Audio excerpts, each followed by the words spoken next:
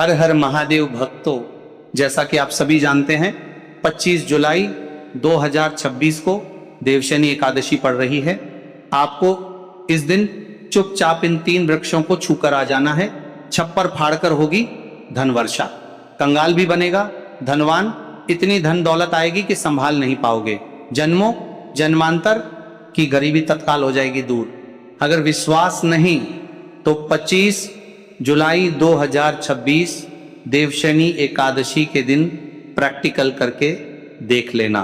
जी हाँ भक्तों, आज के इस वीडियो में हम जिन चमत्कारी देव वृक्षों के बारे में बात करने वाले हैं, उन देव वृक्षों में देवशनी एकादशी के दिन स्वयं भगवान विष्णु और माता लक्ष्मी जी का वास होता है और ये वृक्ष आपके घर के आसपास ही बड़ी आसानी से मिल जाएंगे। इन देव वृक्षों के बारे में स्वयं महादेव ने अपने प्रिय भक्त रावण को बताया है कि कोई भी व्यक्ति सही समय पर, सही मुहूर्त पर, सही क्रिया अनुसार 25 जुलाई 2026 देवशनी एकादशी के दिन इन देव वृक्ष को छूकर चुपचाप आ जाता है तो उसके घर में स्वयं महादेव की कृपा बरसती है और उसके जीवन में चल रही गरीबी, दुख, कष्ट सब समाप्त हो जाते हैं। जन्म जन्मांतर की गरीबी तत्काल दूर हो जाती है। आपका भाग्य 7वें आसमान पर होगा। जहां जहां भी जाओगे धन दौलत आपके पीछे पीछे आएगी। तो फिर आपसे एक छोटा सा अनुरोध है कि वीडियो को पूरा देखें, तभी लाभ की प्राप्ति हो सकती है। यदि आज आपने वीडियो को बीच बीच में देखा, काट काट कर देखा, तो जीवन में आपको कभी भी सफलता हासिल नहीं होगी और आप पूरे साल परेशान ही रहोगे।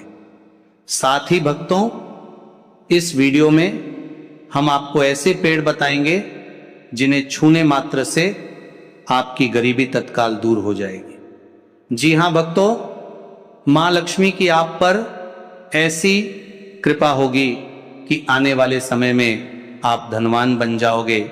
भक्तों, अगर आप 25 जुलाई 2026 देवशनी एकादशी के दिन ये जो पेड़ हम आपको बताएंगे, उन पेड़ों को छूने मात्र से आपकी गरीबी दूर हो जाएगी। भक्तों, इस बार देवशनी एकादशी कई वर्षों बाद विशेष संयोग में आई है। तो जिन वृक्षों के बारे में हम आपको बताने वाले हैं, अगर आप उन्हें हमारे बताए अनुसार सही समय और शुभ मुहूर्त देखकर छू लेते हैं तो यकीन मानिए आपके जीवन में कुछ दिनों बाद धन की वर्षा होने लगेगी। फिर आपके जीवन में आपको उन्नति करने से कोई नहीं रोकेगा पाएगा। आपकी हर मनोकामना पूरी होगी, खुशियों से भर जाएगा आपका घर। यदि आप 25 जुलाई देवशनी एकादशी के दिन इन देव वृक्षों को छू लेते हो तो तीनों देव ब्रह्मा विष्णु महेश का आपको आशीर्वाद मिल जाएगा। इसीलिए भक्तों, इस वीडियो को पूरा देख लीजिए। तो चलिए जानते हैं कि कौन से ऐसे पौधे हैं जिनको 25 जुलाई देवशनी एकादशी के दिन छूकर आ जाना है। लेकिन उससे पहले अगर आप इस चैनल पर नए हैं तो चैनल को सब्सक्राइब करके वीडियो को एक लाइक जरूर करें।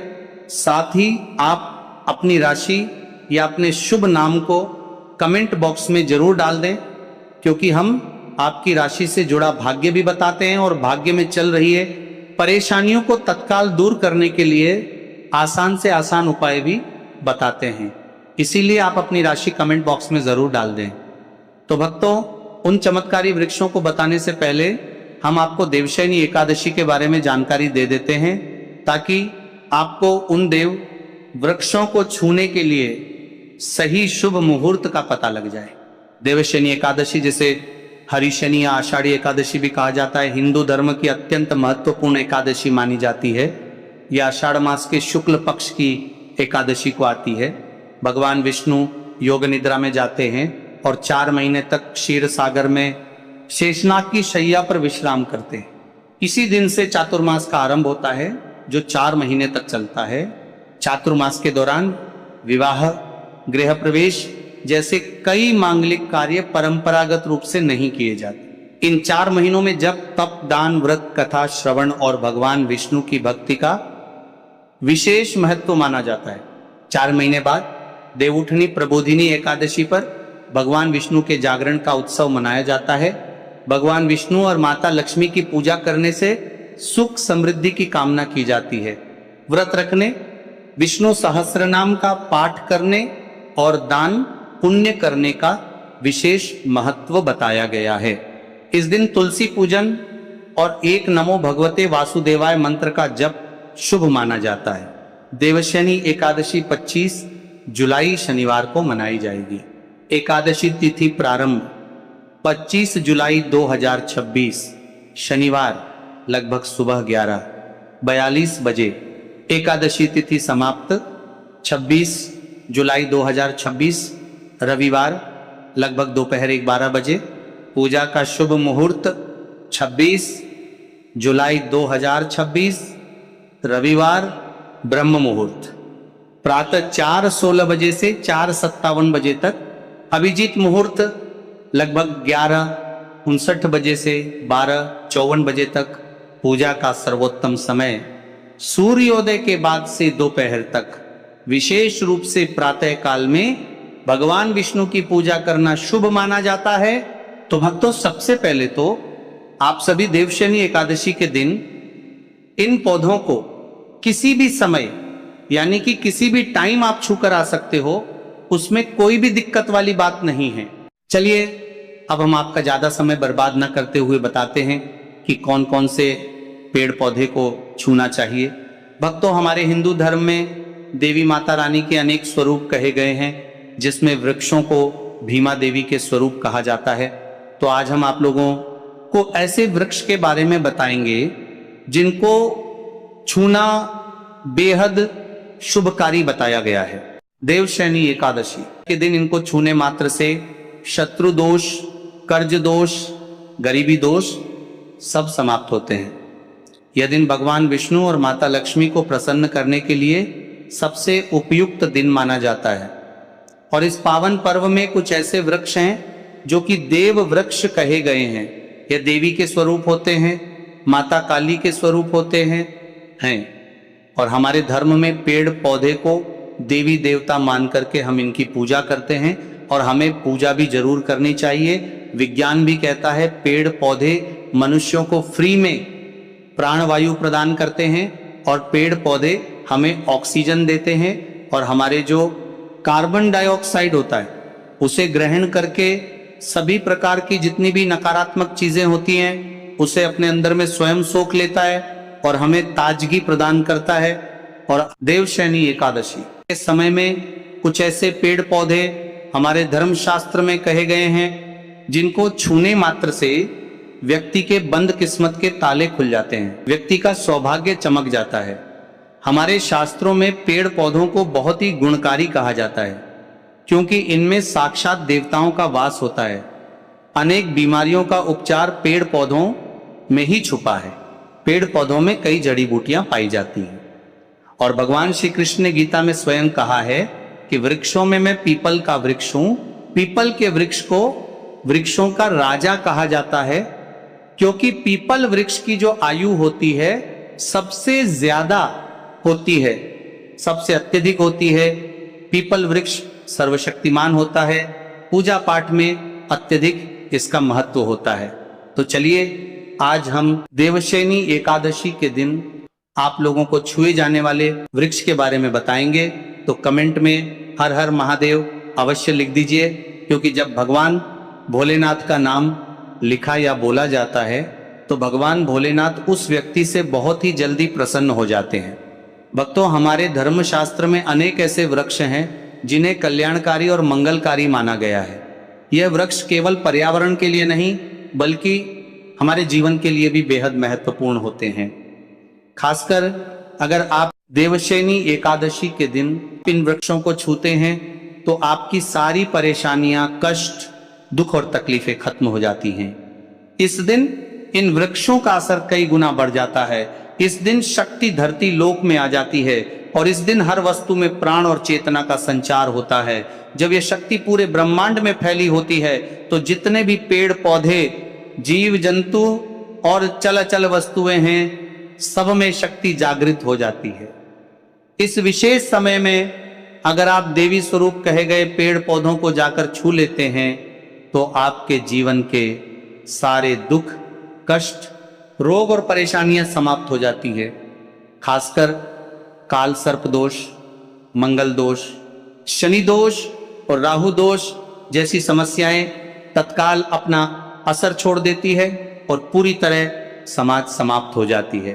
भक्तों, आज हम आपको 4 से 5 देव वृक्षों के बारे में बताने वाले हैं जिन्हें हमारे धर्मशास्त्र में बहुत महत्वपूर्ण माना गया है। ये चारों वृक्ष आपके जीवन में सुख, समृद्धि और खुशहाली लाने के लिए बेहद प्रभावशाली होते हैं। इसीलिए इस वीडियो को ध्यान से देखना, क्योंकि अगर आपने इसे बीच में काट कर देखा तो बाद में आपको पछताना पड़ सकता है। 25 जुलाई देवशनी एकादशी का पर्व ऐसा है जब आपको लंबी लंबी पूजा पाठ करने की जरूरत नहीं होती है। बस अगर आप इन विशेष वृक्षों को देवशनी एकादशी के दिन सही तरीके से छू लेते हैं और का आशीर्वाद लेते हैं तो गरीबी खत्म हो सकती है। यह वृक्ष इतने शक्तिशाली होते हैं कि आप अपनी आंखों से इनका असर देख सकते हैं, और खास बात यह है कि ये सारे देव वृक्ष आपके आसपास आसानी से मिल सकते हैं, तो आप इन्हें अपने घर के पास से ही ढूंढ सकते हैं। अब वीडियो में आगे बढ़ने से पहले अगर आपने अभी तक कमेंट बॉक्स में हर हर महादेव नहीं लिखा है तो कृपया हर हर महादेव जरूर लिखें और वीडियो को लाइक भी अवश्य ही करें। तो भक्तों, अब हम बात करते हैं कि कौन से वे 3 वृक्ष हैं जिन्हें हमें देवशनी एकादशी के दिन छू कर आना चाहिए। ये वृक्ष ना सिर्फ आपके जीवन को खुशहाल बनाते हैं बल्कि आपकी गरीबी और दुख दर्द को भी समाप्त कर दिया देते हैं। इसलिए हम चाहेंगे कि आप सब इन वृक्षों की पूजा जरूर करें और इन्हें छुएं, क्योंकि इस दिन इन वृक्षों की पूजा करने से आपको अनगिनत लाभ मिल सकते हैं। चलिए भक्तों, अब हम जानते हैं कि वे देव वृक्ष कौन से हैं जिन्हें छूने से हमारी गरीबी खत्म हो जाती है और जीवन में सुख समृद्धि का आगमन होता है। पहला वृक्ष है बेल का वृक्ष, जिसे हम बेल का पेड़ भी कहते हैं। सबसे महत्वपूर्ण माना जाता है। भगवान शिव को बेल के पत्ते अत्यंत प्रिय हैं और उन्हें शिवलिंग पर बेल पत्र अर्पित करने से विशेष पुण्य की प्राप्ति होती है। बेल का पेड़ शिव के पूजन के लिए अत्यधिक पवित्र माना जाता है। बेल के पत्तों का उपयोग भगवान शिव के पूजन में विशेष रूप से किया जाता है। बेल का वृक्ष माता पार्वती के पसीने से उत्पन्न हुआ और स्कंद पुराण के अनुसार यह वृक्ष देवी स्वरूप माना गया है, यानी ये नवदुर्गा के स्वरूप है।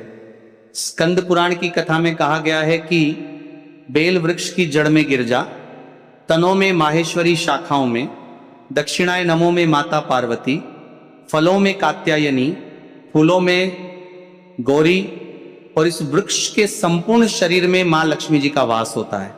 माता पार्वती के पसीने से उत्पन्न होने के कारण यह पेड़ कई देवी देवताओं का स्वरूप माना जाता है। इसीलिए यह वृक्ष धार्मिक रूप से अत्यंत महत्वपूर्ण है। अगर आप संध्या काल में शिव मंदिर या नवदुर्ग मंदिर के पास बेल के वृक्ष के नीचे घी का दीपक जलाते हैं तो व्यक्ति धनवान, गुणवान और पराक्रमी बनता है।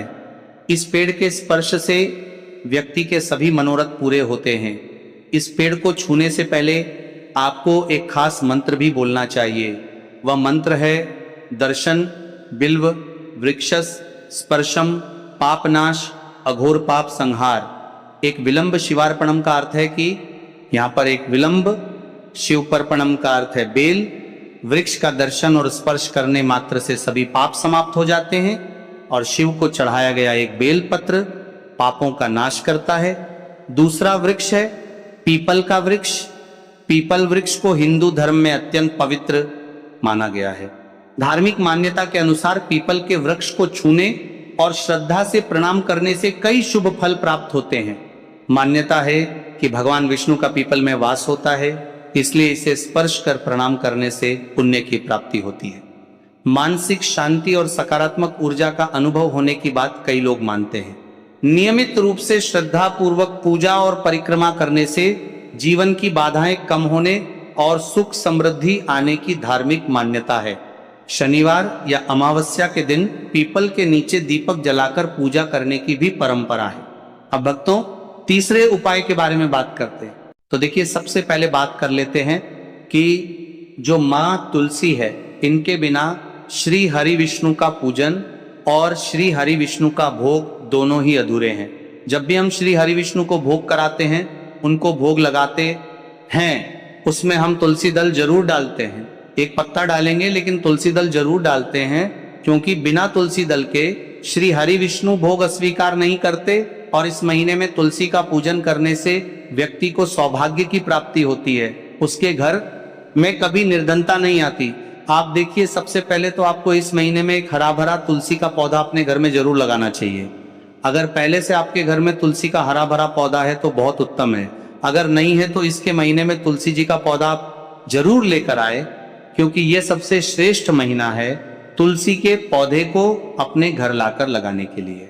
दूसरी चीज कि देखिए, इस महीने में या उससे पहले आपके घर में तुलसी जी का पौधा सूख गया है, और अगर तुलसी का पौधा आपके घर में सूखा हुआ है तो उससे कौन सा उपाय है जो आप करके रातों रात अपने भाग्य को चमका सकते हैं। तो देखिए, अगर आपके घर में अगर तुलसी जी का सूखा हुआ पौधा है, इसमें आपको हरे हरे भरे पौधे से उपाय नहीं करना। आपके घर में तुलसी जी का अगर सूखा हुआ पौधा है, उसी से आप उपाय करेंगे, इस चीज का ध्यान रखें। तो देखिए, अगर तुलसी जी का पौधा सूख गया है तो आपको क्या करना है, उसकी छोटी छोटी ठानियां लेनी है, गिन करके 7 ठानियां, ठीक है ना। कितनी ठानियां लेंगे? 7 ठानियां लेंगे। थोड़ा सा मोहल्ली धागा आपको लेना है और 7 तुलसी की सूखी लकड़ी को एक के अंदर एक यानी गट्ठा टाइप का बनाना है और उसको बांध देना है, ठीक है ना। सारी तुलसी की लकड़ियों आपको इकट्ठा करना है और मौली धागे से बांध देना है। बांध देंगे कलावा लपेटकर। अब आपको क्या करना है, रोली का तिलक इस तुलसी की सूखी लकड़ी पर आपको करना है। रोली का तिलक करेंगे। अगर चंदन है तो थोड़ा सा चंदन लगा दीजिए। अभी ये तुलसी की जो सूखी लकड़ी है, ये आपको थोड़ी देर अपने घर के मंदिर में रखनी है, श्री हरि विष्णु के सामने। और एक देसी घी का दीपक आपको श्री हरि विष्णु के सामने लगाना है। दीपक गोल बाती का लगाएंगे और उसमें एक चुटकी पिसी हुई हल्दी डाल देंगे, ठीक है ना। श्री हरि विष्णु को हल्दी बहुत प्रिय है। दीपक लगा देंगे। थोड़ी देर बाद जो तुलसी की लकड़ियां हैं उनको ऐसे ही रखा रहने देंगे, तिलक कर देंगे। अब थोड़ी देर बाद आपको क्या करना है, तुलसी की वो जो सूखी लकड़ियां आपने बांधी थी कलावे से, मोली धागे से, अब आपको उन्हें उठाना है। एक छोटे से लाल कपड़े में आप इसको रख लीजिए, ठीक है ना। लाल कपड़े में रख लीजिए, पीला कपड़ा हो तो पीले कपड़े में रख लीजिए। रखने के बाद आपको क्या करना है, इसकी पोटली टाइप की बना देनी है। धागे से लपेटकर मौली धागे से ही पोटली बना लीजिए, आराम से बन जाती है। अब इस पोटली को आपको कहाँ रखना है, इसे आपको अपने घर के मुख्य द्वार पे टांगना है, ठीक है ना। अंदर की तरफ, बाहर की तरफ नहीं, अंदर की तरफ, मुख्य द्वार पर अंदर की तरफ टांग दीजिए। और माँ लक्ष्मी का ध्यान करिए, श्री हरि विष्णु का ध्यान करिए, उनसे प्रार्थना करिए कि हे धन की देवी माँ लक्ष्मी, आप मेरे घर में पधारिए और अपनी कृपा मुझ पर बरसाइए। इस तरह से आपको प्रार्थना करनी है और मंत्र बोलना है। ओम नमो भगवते वासुदेवाय नमः 11 बार यह मंत्र बोलना है। एक दीपक आपको जिस दिन भी उपाय कर रहे हैं अपने घर के मुख्य द्वार पर प्रज्वलित करना है। चौमुखी दीपक यानी 4 बाती का दीपक लगाएंगे और आपको करना है, रोली का तिलक करेंगे। अगर चंदन है तो थोड़ा सा चंदन लगा दीजिए। अभी ये तुलसी की जो सूखी लकड़ी है, ये आपको थोड़ी देर अपने घर के मंदिर में रखनी है, श्री हरि विष्णु के सामने। और एक देसी घी का दीपक आपको श्री हरि विष्णु के सामने लगाना है। दीपक गोल बाती का लगाएंगे और उसमें एक चुटकी पिसी हुई हल्दी डाल देंगे, ठीक है ना।